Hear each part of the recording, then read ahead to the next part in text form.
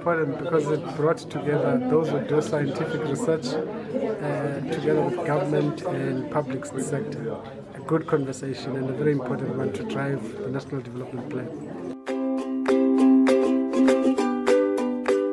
Look, I mean, there's clearly one of the problems, one of the challenges that we're facing, huge challenges in the economy, in our fiscal environment, but equally there are a lot of possibilities about what needs to happen and what we need to do. There was a lot of energy about where the focus should be, so that's a good thing.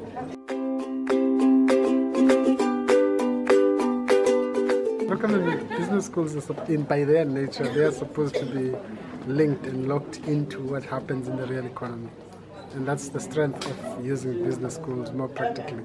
They're unlike any faculty in the university. They have to be action-oriented. They must tap into existing skills and practices in the industry and in the economy widely. Thanks.